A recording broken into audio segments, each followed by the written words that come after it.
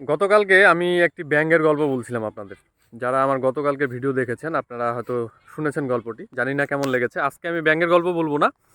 আজকে এক মনোবিজ্ঞানীর আহ, একটি তার উদাহরণস্বরূপ একটি গল্প বলবো। এক মনোবিজ্ঞানী একদিন লেকচার দিচ্ছিলেন। ওনারা তো বিভিন্ন জায়গায় লেকচার দেন। তো উনি লেকচার দিচ্ছিলেন, ওনার অনেক অডিয়েন্স ছিলেন। তো যে কোনো ওখানে যে কোনো সেটে যদি লেকচার বা অনুষ্ঠান হয় সেখানে কিন্তু পানির বোতল থাকে বা পানির গ্লাস থাকে। যারা লেকচার দেন লেকচারে ফাঁকে ফাঁকে আহ, পানি খান। তো সেখানেও পানি ছিল, গ্লাস ছিল। তো ওই বিজ্ঞানী করলেন কি, ওই মনোবিজ্ঞানী ওনার সামনে যে পানির গ্লাসটি ছিল সেই এক গ্লাস পানি হাতে নিয়ে এভাবে তুলে ধরলেন পানির গ্লাসটি। তুলে ধরার পরে অডিয়েন্সদের উদ্দেশ্যে তিনি বললেন যে আচ্ছা, আপনারা কি বলতে পারবেন এই গ্লাসে পানির ওজন কতটুকু? তো সকলে বললেন যে স্যার, যেহেতু এক গ্লাস পানি হয়তো 250 ml থেকে 300 ml পর্যন্ত হবে, আর মধ্যে হবে। তো ভালো কথা। তখন এই বিজ্ঞানী বললেন যে হ্যাঁ, আর তোমরা বা আপনারা ঠিক বলেছেন যে এখানে 250 থেকে 300 ml এর মতোই পানি রয়েছে। কিন্তু আরেকটি প্রশ্ন তিনি বললেন যে তোমরা কি বলতে পারবে যে পানির ওজন কি কোনোভাবে পরিবর্তন হবে? তো সকালে বলল যে না, পরিবর্তন হবে না।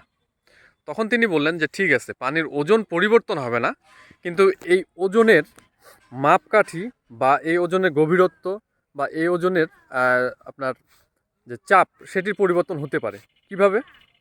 উনি তখন বললেন যে এই 300 ml পানি আমি যদি হাতে করে 1 ঘন্টা এভাবে উপরে তুলে ধরি তাহলে আমার কিন্তু কোনো অসুবিধা হবে না। আবার এই 300 ml পানি আমি যদি 5 ঘন্টা এভাবে হাতে তুলে ধরি আমার হাতে কিন্তু আমি ব্যথা অনুভব করব। আবার এই 300 ml পানি আমি যদি সারা দিন এভাবে তুলে ধরে থাকি, এক পর্যায়ে গিয়ে আমার হাত ব্যথা প্রচণ্ড করবে বা হাত আমার অবশ হয়ে আসবে, আমি আর ধরে রাখতে পারবো না, আমি গ্লাসটি ফেলে দিব এবং তারপর আমি হয়তো বা অসুস্থ হয়ে যেতে পারি। তো এই উদাহরণটি তিনি কেন দিলেন? তখন তিনি বললেন যে এই উদাহরণটি তোমাদের সামনে আমি এজন্যই দিলাম, তোমাদেরকে বুঝতে হবে ঠিক এই গ্লাসে পানির মতো ওজন যত কমই হোক, আমাদের জীবনের যে চাপগুলো রয়েছে, উদ্বেগগুলো রয়েছে, যে হতাশাগুলো রয়েছে, দুশ্চিন্তাগুলো রয়েছে, এগুলো যত ছোটই হোক না কেন, আমাদের এই চাপগুলো নির্ভর করবে, আমাদের উপর কতটুকু প্রভাব ফেলবে সেটি নির্ভর করবে যে আমরা এই চাপ, উদ্বেগ বা ডিপ্রেশনগুলো কত বেশি সময় ধরে বহন করছি। আমরা যেমন এই মানে 300 ml পানি, কিন্তু পানির মাপের কিন্তু পরিবর্তন হয়নি। 1 ঘন্টা ধরে রাখলে একরকম অনুভূতি হয়, সারাদিন ধরে রাখলে অবশ হয়ে যায় হাত। ঠিক সেরকম ছোট ছোট ডিপ্রেশন, ছোট ছোট উদ্বেগগুলো আমরা অল্প সময় চিন্তা করে যদি বাদ দিয়ে দিই তাহলে কিন্তু সেটা আমাদের সহ্য ক্ষমতার মধ্যে।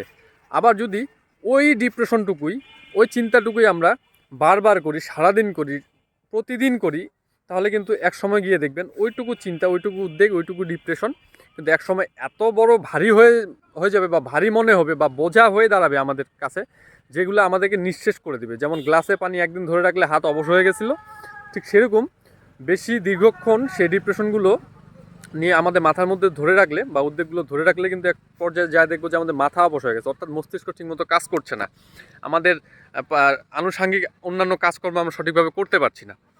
তো এ থেকে আমরা বুঝতে পারি যে আসলে ওজন কম মনে করে বারবার ওই জিনিসটা যেমন বহন করা যাচ্ছে না বা বেশিক্ষণ, ঠিক তেমনি সমস্যাগুলো ছোট হোক বা বড় হোক, সমস্যাগুলো যদি আমরা অল্পক্ষণ চিন্তা করে সেই সমস্যাগুলো থেকে বেরিয়ে আসতে পারি, তাহলে আমাদের ডিপ্রেশন বা পরবর্তী সময়গুলো আমাদের অবশ্যই আমাদের জন্য ভালো কিছু হবে। ধন্যবাদ।